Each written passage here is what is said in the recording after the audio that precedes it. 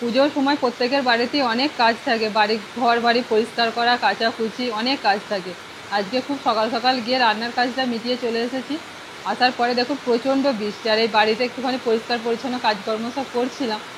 তো করতে করতে হঠাৎ একটা খবর এলো যে ওখানে আমার যে আর এক পিস শাশুড়ি আছেন, পিস শাশুড়ির শাশুড়ি মা মারা গেছে। তো বর্ণিতার বাবা আর আমার শ্বশুরমশাই দুজনে আবার গেলেন, ওরাই একটুখানি আগেই ফিরেছে। আবার একটা খারাপ খবর এলো জানেন, আমার তো বাড়িতে এক বিপদ চলছে, আবার পলির বাড়িতেও হঠাৎ করে একটা বিপদ হয়ে গেছে।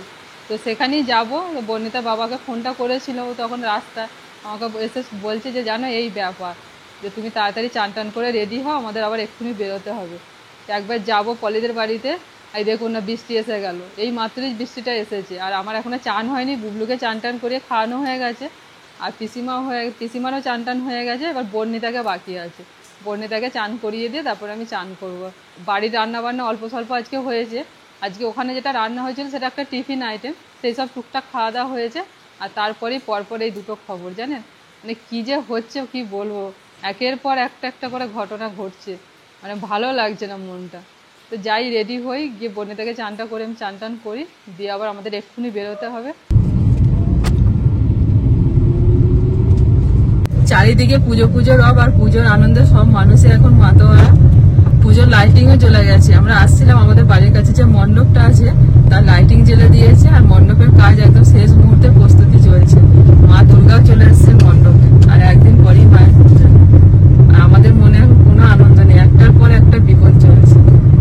আর বলবেন না, তখন তো প্রচন্ড বৃষ্টি হচ্ছিল। বর্ণিতাকে চান টান করিয়ে আমি চান টান করে আমার ভাত খেতে মোটামুটি বেজে গেল 4:30। তারপরে বুবলু বায়না করছে ঘুমাবে, বুবলুকে নিয়ে একটুখানি শুনলাম, ওকে ঘুম পাড়িয়ে বেরোতে বেরোতে আমাদের সন্ধে হয়ে গেল।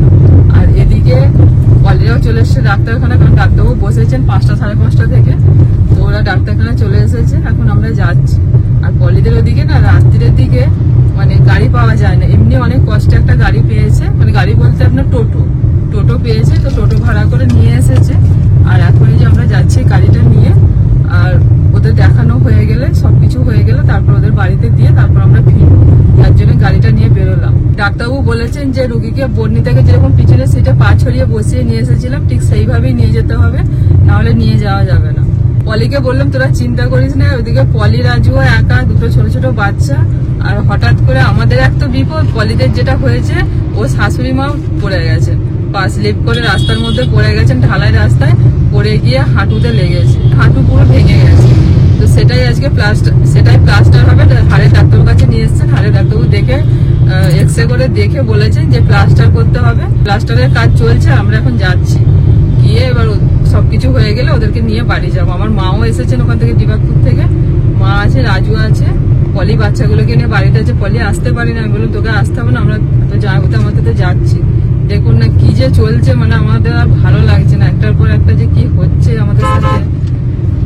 ওদেরও বাড়িতে কেউ নেই, ও শাশুড়ি মাটাই এই কিছুদিন আগে পলি শ্বশুরমশাই মারা গেলেন, এই 1 বছর হচ্ছে। শাশুড়ি মা হঠাৎ করে এরকম হয়ে গেল, পলি সকাল হলে স্কুল, ও তো পুরো কান্নাকাটি করে, মানে কি বলবো, এত কান্নাকাটি করছে। বোঝাচ্ছি যে দেখ সব ঠিক হয়ে যাবে, চিন্তা করিস না, আস্তে আস্তে সব ঠিক হয়ে যাবে। বলছে আমি কি করে কি করবো। আপনারা হয়তো জানেন পলি অঙ্গনওয়াড়ি স্কুলে কাজ করে, তো ওর অঙ্গনওয়াড়ি স্কুলটা না অনেকটাই দূরে, বাইকে গেলে 8 ঘন্টা লাগে। আর পলি আগে সাইকেলে নিয়ে যেত, এখন আর শরীর বইছে না, রাজু ওকে বাইকে করে নিয়ে গিয়ে নামিয়ে দিয়ে আসে। আর পলি শাশুড়ির কাছে শিবাঙ্গীকে রেখে যায়, শিবমকে রেখে যায়, দিয়ে স্কুল থেকে ফিরতে ফিরতে তো প্রায় 11টা বেজে যায়। ততক্ষণে শাশুড়ি মা দেখেন, আবার ওনার পায়ের এই অবস্থা, দুটো বাচ্চাকে কে দেখবে। ও তো এত কান্নাকাটি করছে যে আমি কি করে স্কুল সামলাবো, কি করে বাচ্চা সামলাবো, কি করে আমি কি করবো।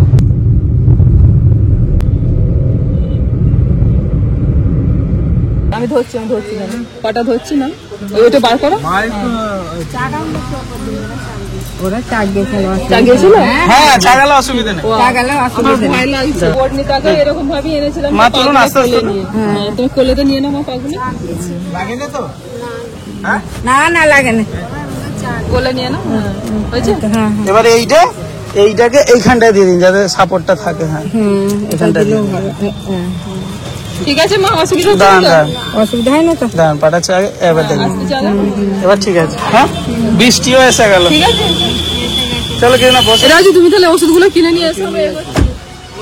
বাবা জোরে বৃষ্টি এসে গেল গো, রাজুও ভিজে যাবে ওই পলিকে বলবে ছাতা নিয়ে আসতে। আরে জল বৃষ্টি থামলে তখন তারপর দিয়ে আসবো, তাহলে গাড়িতেই বসে থাকবো।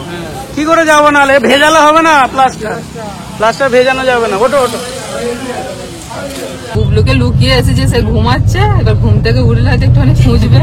মা বললে তুমি যাও, আমরা সামলে নিচ্ছি, অসুবিধা নেই।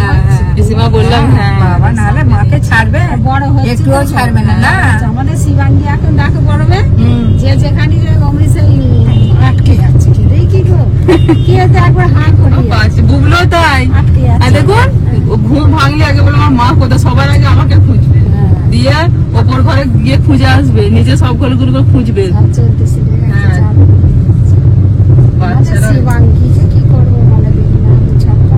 এই পায়ের ওপরে বলছে দরম করে পড়ে যাচ্ছে। এই রে, হ্যাঁ ফোন করলে হবে না, না ওর কাছ থেকে সাবধানে থাকতে হবে। সাবধান থাকতে হবে, ধরে ফেলেছে তো। আমি এই জন্য দুপুরবেলা আবার খাচ্ছি। হ্যাঁ হ্যাঁ একটা টুল সামনে দেবেন, ওই পাটাকে ধরে চাগিয়ে তুলে দিতে হবে। হ্যাঁ, কোমরের মধ্যে, কোমরের সামনে একটা চেয়ার দিয়ে ওই টুল দিয়ে টুলের ওপরে পাটাকে ধরে চাগিয়ে তুলে দিল। আপনি তুলতে পারবেন না, ধরুন চাগিয়ে পলি তুলে দিল। যেমন সময় দেখুন না, এমন বৃষ্টিটা এলো, আকাশও ডাকছে। রাজুর কাছে রেনকোট আছে না, রাজুর কাছে রেনকোট আছে, চলে আসবে। এবার এখানে বাড়ি পর্যন্ত নিয়ে যাওয়াটাই তো মুশকিল। নামুন, পাটা রেখে আস্তে আস্তে নামুন, বৃষ্টিটাও এসছে গো।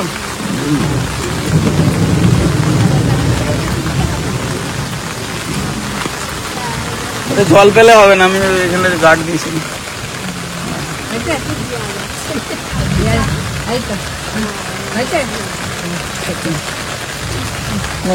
এই দরজাটা দিয়ে দিন, আমি ছাতাটা না, এইটা এখানটা জল পড়েনি। আপনি তাহলে যান। ব্যাগটা কার কাছে আছে? তাতে ফোনটা ছিল, ফোনের আলোটা জ্বেলে চলে যেতাম তো।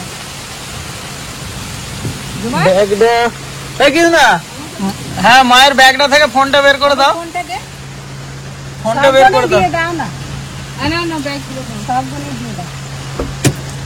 হ্যাঁ, সব ব্যাগগুলো দিয়ে দাও। সব বেশি আছে। না না, আরে এর আছে তো, পিছন দিকে একটা করা আছে তো, যাচ্ছি দাঁড়া। একটা প্লাস্টিক নেবেন, পাটা যেন মানে নিচে পর্যন্ত চাপা দেওয়া যায়। হ্যাঁ, দুটো ছাতা। সাবধানে নিয়েছে, সাবধানে সাবধানে, আস্তে আস্তে পা স্লিপ করে নিয়ে যান, আস্তে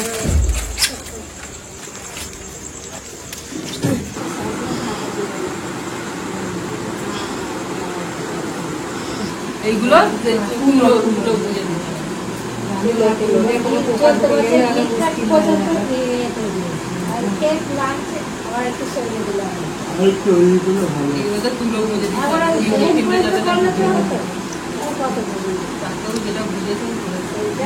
এই পাটা এরকম এরকম করে ব্যায়াম করবে সবসময়। হ্যাঁ, বসে থাকবেন, সাইডে দু সাইডে আঙুলটা নাড়াচাড়া করবে, তারপরে এইদিকে এরম এরম করবেন আস্তে আস্তে। হ্যাঁ, এরম এরম আস্তে আস্তে এরম করবেন, এরম করে যত করবেন না রক্ত চলাচল হবে, তাহলে ঘুমবে। আর একদম এটাতে কোনো রকম যেন জল টল না লাগে, খুব সাবধানে চান করাবি। আর যখন চান করাবি এটাকে পুরো প্লাস্টিক দিয়ে পাটাকে মুড়ে দিবি, এতটুকু জল যেন না লাগে। আর যেটুকু ধোয়ানোর গাও চালু করতে হবে, যেটুকু বাথরুম টাথরুম যাবেন সেইটুকু নিন, বেশি হাঁটাহাঁটি করবেন না, একদম পুরো রেস্টে থাকবে। আবার 15 দিন পরে যেতে বলেছে, আবার নিয়ে যেতে হবে, যাবে সেই মতো প্লাস্টারটা সেই মতো রাখবে, নাহলে আবার মাঝখানে ঘুরবে। যদি দেখা যায় খুব তাড়াতাড়ি হয়ে যাচ্ছে, 20-25 দিনের মতো খুলে দেবে। ভালোভাবে বাড়িতে পৌঁছে দিয়ে আমরাও বেরিয়ে পড়েছি, আর বৃষ্টিটাও ছেড়ে গেছে। আর পিসিমা ফোন করছেন যে বুবলু সোনা এবার কান্নাকাটি করছে, ঘুম থেকে উঠে পড়েছে। আর যেতে যেতে দেখতে পেলাম এখানে একটা মণ্ডপ, আর এখানে প্রতিমাও চলে এসছে, এখান থেকে দেখা যাচ্ছে। প্রতিমাটা খুব সুন্দর, বর্ণিতে বাবাকে বললাম একটুখানি দাঁড়াও, একটু দেখে নি। মণ্ডপটা বেশ ভালোই হয়েছে, সিম্পলের মধ্যে সুন্দর।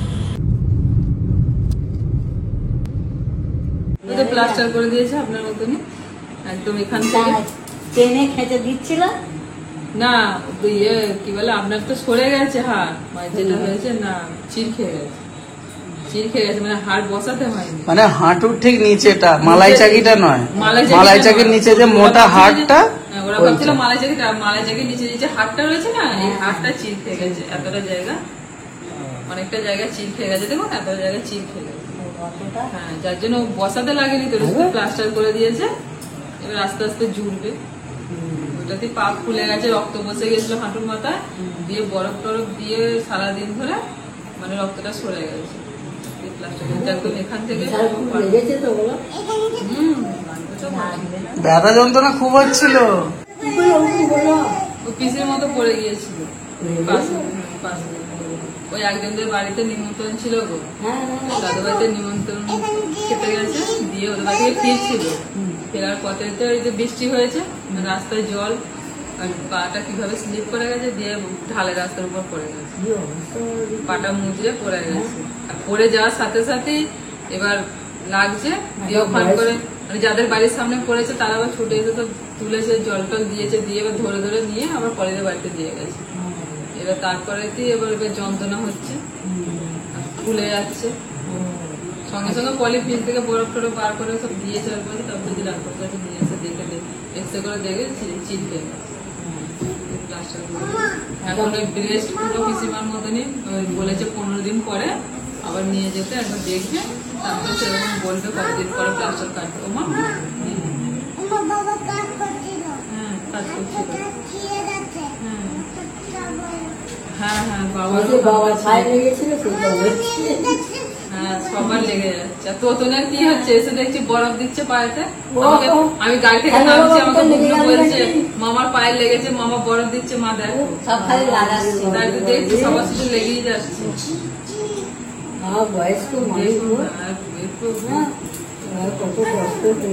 পলি পুরো মানে কি বলবো, হাড়গোড় বেরিয়ে গেছে, কিচ্ছু নেই শরীরটাতে। এক তো স্কুলেতে যাতায়াতের একটা জার্নি, সেখানে কাজ, দুটো বাচ্চা, এবার তবু শাশুড়ি মা অনেকটা সামলে দিচ্ছিলেন। এবার ব্যবসা উনিও এখন বসে গেলেন, পলি তো মানে চিন্তা করে করে আমি সামলাবো, ওইটাই তো বাচ্চা দুটো, কাজ কর্ম থেকে দুটো বাচ্চা সামলানো, আবার কাজটা এই পুজোতে না কটা দিন ছুটি থাকবে, একটু রেস্ট হবে সপ্তাহখানে, তারপর তো এবার বলুন না সপ্তাহখানে তো ঠিক হবে না, এখন পুরো ঠিক হতে হতে এখন প্লাস্টার করতে করতে 1 মাস। হ্যাঁ, চারিদিক থেকে শুধু কি হচ্ছে।